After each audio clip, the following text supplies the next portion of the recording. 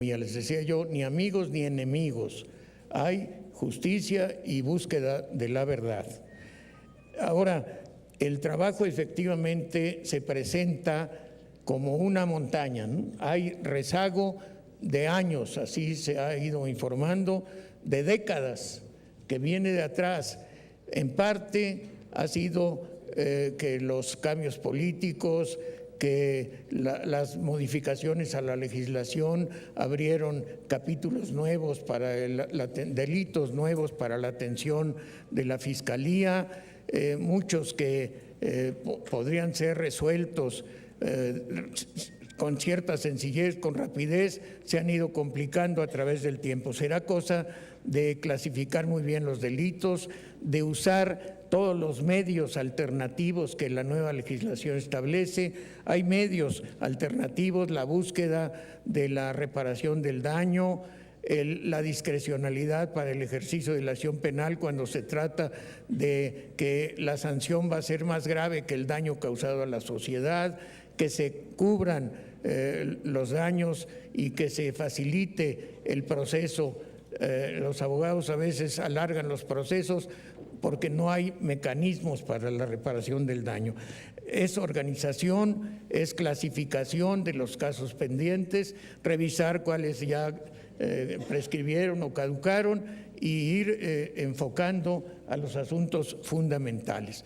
Va a ser mucho trabajo, pero hay determinación y se hará. Y por supuesto no es de una persona, será de un equipo responsable.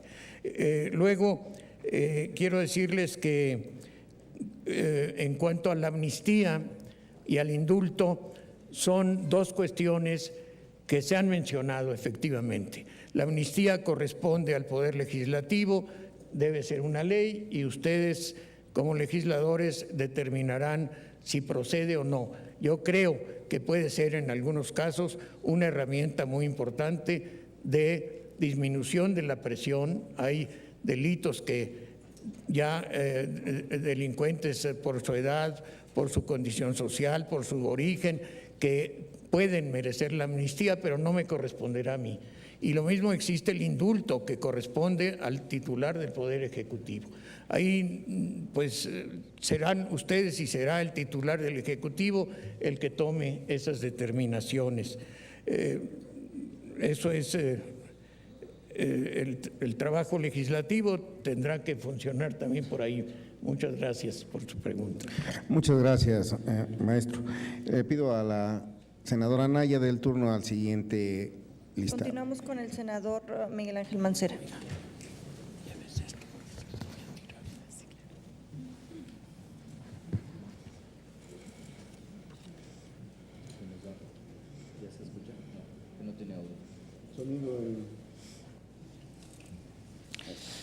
Muchas gracias.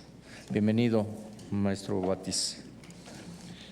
Yo quisiera preguntarle, precisamente en este asunto de la autonomía, ¿qué opina usted en relación a la Ley Orgánica de la Fiscalía General de la República, que actualmente en su artículo 18 conserva la facultad de que el presidente de la República pueda remover al fiscal? Y una segunda pregunta, ¿en qué considera usted que estriba la principal o esencial diferencia entre la Procuraduría General de la República y lo que sería la Fiscalía que usted tendría que construir, que edificar? Por su respuesta, muchas gracias. Muchas gracias, senador Mancera. Tiene el uso de la palabra, maestro Batis. Gracias, senador Mancera. La participación ciudadana puede ser muy importante en este trabajo de la Fiscalía. Ciertamente, como usted lo recordó, el presidente de la República puede remover y sería el Senado el que confirmara esa remoción o no. Podría el fiscal removido, acudir al Senado y ustedes tendrían la última palabra. Yo creo que es un buen mecanismo, debe haber fórmulas de mover, modificar, separar a quien no cumpla con su deber. Si yo en alguna ocasión, por alguna circunstancia, dejo de cumplir con mi deber, pues seré el primero en reconocer que debo ser removido. Si haya algún agravio en esa remoción, acudiré a la sabiduría de los senadores que en el nombre llevan la fama, son los señores con responsabilidad y con experiencia que pueden resolver quién tiene la razón. Espero que no suceda, pero creo que es una institución necesaria. Respecto de la diferencia que habrá entre la Procuraduría y la Fiscalía, yo creo que hay algunas solamente de enfoque. Yo les puedo decir que pienso ejercer la función que siempre he ejercido en mi vida, que es la de procurar justicia. El título de fiscal general se debe en la práctica política a una cuestión, yo diría que circunstancial, de geopolítica. El nombre es lo de menos. ¿Qué se debe hacer en la procuración de justicia? Pues luchar porque prevalezca la verdad, por dar a cada quien lo que le corresponde, al culpable la sanción, a la víctima la reparación del daño y también la justicia, a la sociedad la tranquilidad, el orden, la paz social. Esa es la función, y que en ese trabajo la Fiscalía o la Procuraduría de Justicia debieran de ser equivalentes. ¿Cuál es la diferencia? Primero, que cambió el sistema que se llamaba inquisitorial, que yo creo que no lo era al 100%, pero había alguna característica, al sistema oral acusatorio. Y ahí la Fiscalía tiene un papel, ya no va a tener el acento solamente en la investigación de los delitos, sino en ser la parte acusadora ante los tribunales. Debe ser un equipo de investigadores que aporten datos, pero principalmente de juristas que sepan ante los jueces, ante los tribunales, defender la parte acusadora, que es la que representa los derechos de la sociedad y de las víctimas. Creo que esa es la principal diferencia, pero la procuración de justicia debe ser, aunque se llame Fiscalía, debe ser la labor que tengamos que desempeñar en esta institución. Gracias. Muchas gracias, maestro Batis. Por favor, senadora Anaya, sigue el turno.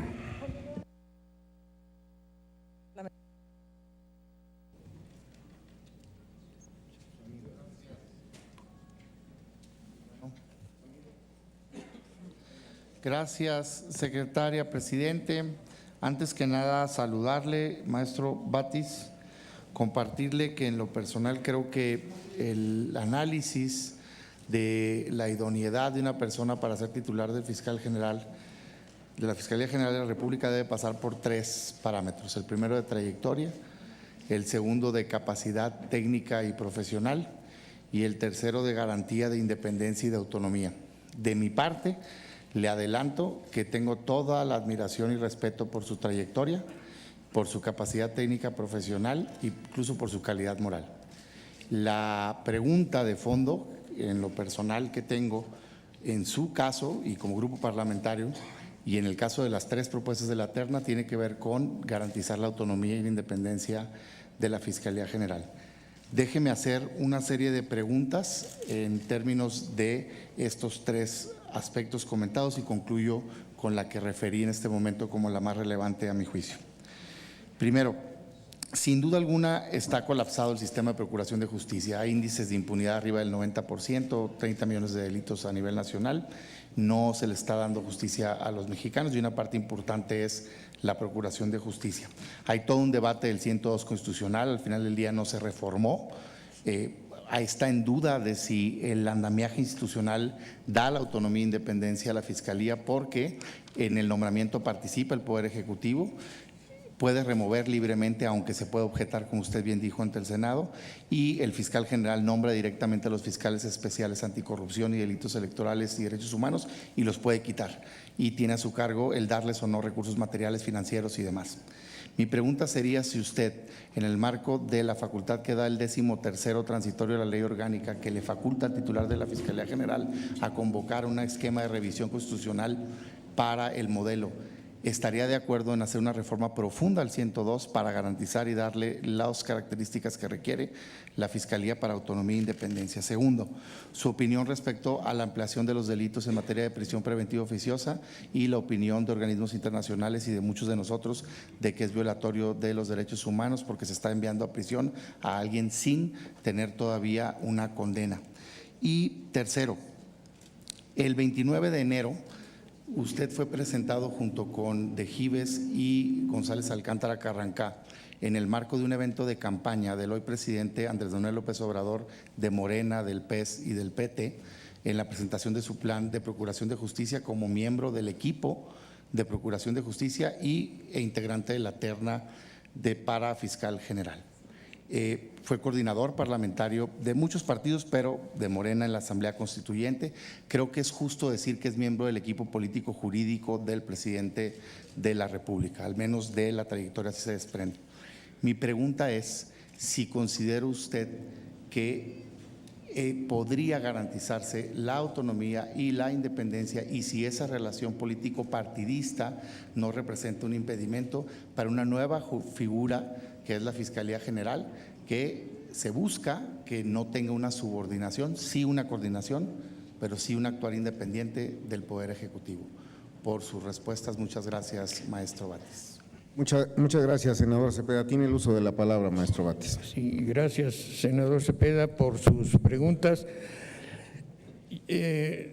La pregunta principal que usted hace, aunque hay otras implicadas, es la de la garantía de la autonomía del fiscal general y, en el caso específico, la garantía en la circunstancia o contingencia de que yo fuera el electo. Ahí le diría yo primero que la ley la establece y esa debe ser la ley cumplida y aplicada por todos, pero especialmente yo tengo la convicción personal de que el fiscal debe ser autónomo. Ahí, ¿qué otra garantía puedo dar? Pues nada más esa, decirles a ustedes que lo fui, que siempre lo he sido, que disfruto de la libertad, que tengo mi opinión propia y que la voy a defender. Mi tesis profesional se llamó La libertad y el derecho. Siempre he defendido la libertad y actúo con libertad. Fui efectivamente legislador solamente de dos partidos, del Partido Acción Nacional, del cual me retiré en 1992, y como externo, sin ser militante, del PRD, no de muchos, pero sí fui. Pero quiero decirles que toda persona en su desenvolvimiento en la vida social forma parte de muchos grupos intermedios. Formamos parte del Estado, pero dentro del Estado somos parte de una familia, de una universidad, de un trabajo, de una escuela, de una empresa, de un club y también de un partido político. Yo estoy convencido de que todos debiéramos desenvolver nuestra vida social en la diversidad de grupos que nos permiten desenvolvernos y desempeñarnos nuestras funciones como integrantes de la colectividad. Y uno de esos es el partido, pero otro puede ser una iglesia o un club de abogados, una agrupación de abogados, que lo soy también. Nada de eso debe interferir en la autonomía. Son funciones y actuaciones sociales distintas que hay que distinguir perfectamente y que no dependen de más legislación o menos legislación. Con toda la legislación que tienen otros organismos autónomos, hemos sabido y lo conocemos en la vida diaria, que aunque sean autónomos, tienen compromisos y a veces presiones, y si no tienen la entereza personal y la dignidad de la autonomía, no van a responder a la legislación que se las da. No es la ley. Podemos poner las leyes que quieran. Si a fin de cuentas esto va a depender de la decisión, de la conciencia de quien ejerce una responsabilidad. Y créanmelo que así lo voy a hacer. Ni voy a recibir instrucciones de nadie, ni voy a dar tampoco instrucciones indebidas a quienes colaboren conmigo. Cada agente del Ministerio Público va a tener su propia responsabilidad. Habrá vigilancia, habrá supervisión, hay organismos internos para ver que el trabajo funcione, pero nunca va a haber consignas, ni recibirlas yo ni darlas yo.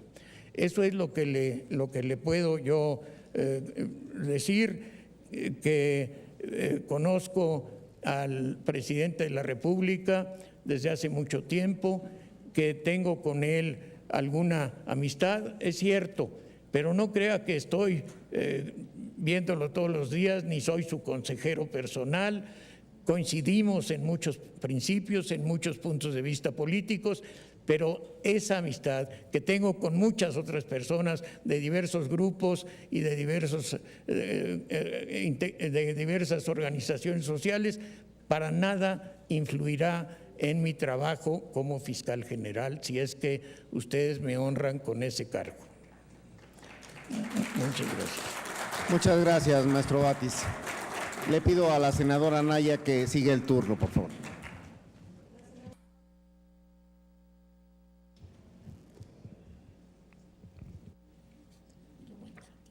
Muchas gracias. Maestro Batis, nuevamente bienvenido al Senado de la República, y a nombre del Grupo Parlamentario del Partido Revolucionario Institucional, externarle nuestro reconocimiento y respeto a su trayectoria profesional.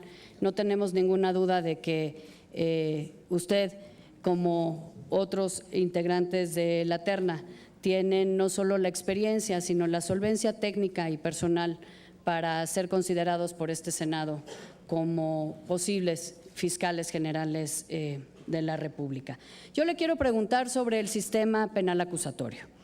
El sistema, la reforma que dio origen al sistema fue realmente una reforma con un gran consenso social, una reforma que fue aplaudida como un paso importante en la consolidación de un Estado democrático de derecho, y que nos debía dar resultados pues en un mediano plazo quizá más tangibles en el objetivo compartido por todos de abatir la impunidad en primer término, pero también de hacer la justicia más accesible y cercana a la ciudadanía. Sin embargo, creo que todos compartimos una visión de que este sistema no ha logrado ni los resultados esperados en abatir la impunidad, la violencia, pero tampoco ha logrado arraigarse en el colectivo ciudadano como un sistema que verdaderamente sea un sistema deseable.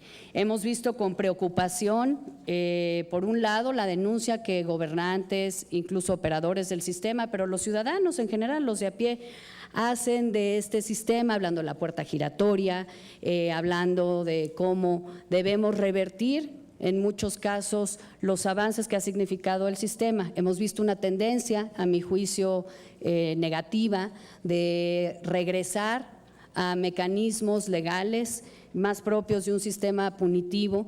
En esta soberanía, para no ir más lejos, pues hemos visto ya la reforma al artículo 19 constitucional, que hoy es minuta en la Cámara de Diputados y que busca ampliar el delito, los delitos que merecen prisión preventiva oficiosa. Hay un proyecto circulando en esta comisión respecto de ampliar el concepto de flagrancia para pues prácticamente poder aprender a personas que no participando en el momento en el delito se les pueda vincular a un delito que en su momento mediante el concepto de flagrancia. Hemos visto también, y lo han denunciado tanto expertos como la sociedad civil, que los operadores del sistema no han hecho suya esta reforma, que persisten vicios en policías, en fiscales, que la capacitación no ha sido la adecuada. Se ha, pues lamentablemente, aceptado de manera nominal lo que son los principios del sistema acusatorio, pero en la realidad, la verdad es que no hemos visto que haya habido una consistencia en el cambio de paradigma, en los métodos de investigación, en la integración de las carpetas de investigación, por ejemplo. Y se ha vulnerado el principio de presunción de inocencia, el principio de debido proceso, y la tendencia persiste en revertirnos a mecanismos pues como la prisión, en detrimento, por ejemplo, de la mediación, los mecanismos alternativos, etcétera. En su opinión, entonces, ¿cuáles son los retos para la instrumentación, pero sobre todo para la aceptación social de este nuevo sistema? Bueno, ya no es tan nuevo, pero todavía sigue siendo nuevo en la cultura jurídica y legal de los mexicanos. ¿Cree usted que esta tendencia legislativa, sobre todo, pero impulsada, hay que decirlo, por gobernadores y incluso por el propio gobierno de la República, de revertir los avances y los principios de este sistema hacia uno más propio del sistema inquisitorial o punitivo, sea la solución para la impunidad y para la violencia? Y en su caso, si usted fuese electo como fiscal general, ¿cómo cree usted que podemos revertir esta falta de legitimidad social? ¿Cómo podemos, sin subvertir los principios del propio sistema acusatorio, hacerlo más efectivo y más eficaz? Y en su caso, si usted está de acuerdo, si así fuera, con esta tendencia de ampliar los supuestos de prisión preventiva, de flagrancia, para pues parchar las deficiencias que ha mostrado el propio sistema. Muchas gracias. Muchas gracias, senadora Ruiz. Tiene el uso de la palabra, maestro Batis. Muchas gracias. Creo que es una pregunta muy importante. Cuando se estableció ya hace casi una década o un poco más el sistema acusatorio y se hizo tanta publicidad de esa modificación, yo hablé y escribí diciendo dos cosas principalmente, siendo crítico, no del sistema acusatorio. Voy a decir por qué, pero fui crítico por dos cosas. Primero, porque sentía que era una imposición de la globalización, que nos estaban imponiendo una forma de hacer justicia que estaba igual en Chile, y igual en Colombia, y en Centroamérica, y en todos los países latinoamericanos. Había una tendencia de decirnos cómo hacer las cosas.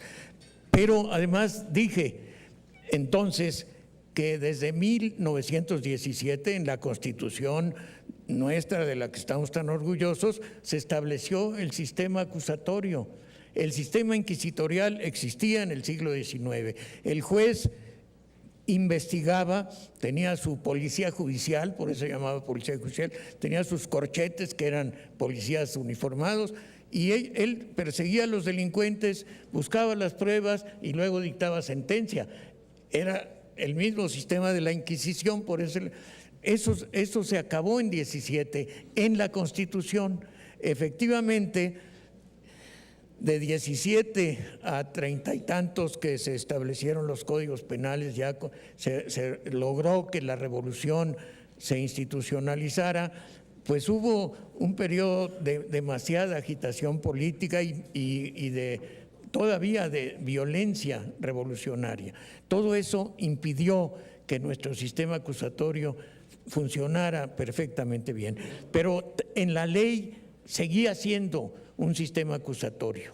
En la ley y oral, las audiencias, los interrogatorios a los testigos, los careos, todo eso son partes de un sistema acusatorio que no nos vinieron a enseñar, que ya sabíamos, que lo teníamos nosotros. Nos faltaba desenvolverlo, desarrollarlo. Y creo que eso es lo que tenemos que hacer, entrenarnos más, capacitarnos, lo que se está haciendo ya en casi todos los estados a nivel federal, acelerar la capacitación y la preparación. Creo que es un sistema que debemos de asumir. La publicidad es muy importante, que sean públicos, la inmediatez, que el juez esté enterado a la vista, pero eso ya existía, la inmediatez. Lo que pasa es que los jueces tenían demasiado trabajo y estaban encerrados en su oficina y los secretarios llevaban las audiencias. Tenemos que impulsar no solo la modificación a la ley, sino a la práctica. Y en eso, reitero algo que ya mencioné, la capacitación de la parte que nos correspondería a quienes estemos en el lado de la acusación, capacitar muy bien a los abogados que van a llevar el juicio. Y también del lado del Poder Judicial y el Poder Legislativo, quizá afinar leyes que se requieren precisar, y pienso que ese sistema que no nos vinieron a enseñar y que ya lo teníamos, debemos de implementarlo en toda su posibilidad de ser una verdadera institución de procuración y de impartición de justicia. Muchas gracias. Muchas gracias, maestro Batis. Sigue el turno, senadora Anaya, por favor. De la voz, el senador Samuel García, del Grupo Parlamentario Movimiento Ciudadano. Muchas gracias, senadora. Maestro, bienvenido a la comparecencia. Ya muchas de las preguntas han sido contestadas y me voy a enfocar en lo relativo a las fiscalías especializadas. Para Movimiento Ciudadano, una de sus luchas era no solamente modificar el 102 para la autonomía del fiscal, sino más allá, la autonomía del fiscal anticorrupción y del fiscal electoral. Nosotros creíamos que era indispensable desde la Constitución que fueran por cuerdas separadas sus nombramientos. Con la ley orgánica actual y que hoy nos ciñe, pues el fiscal general es quien nos va a nombrar. Dice el artículo 22 que el fiscal general, dependiendo de los perfiles, va a seleccionar a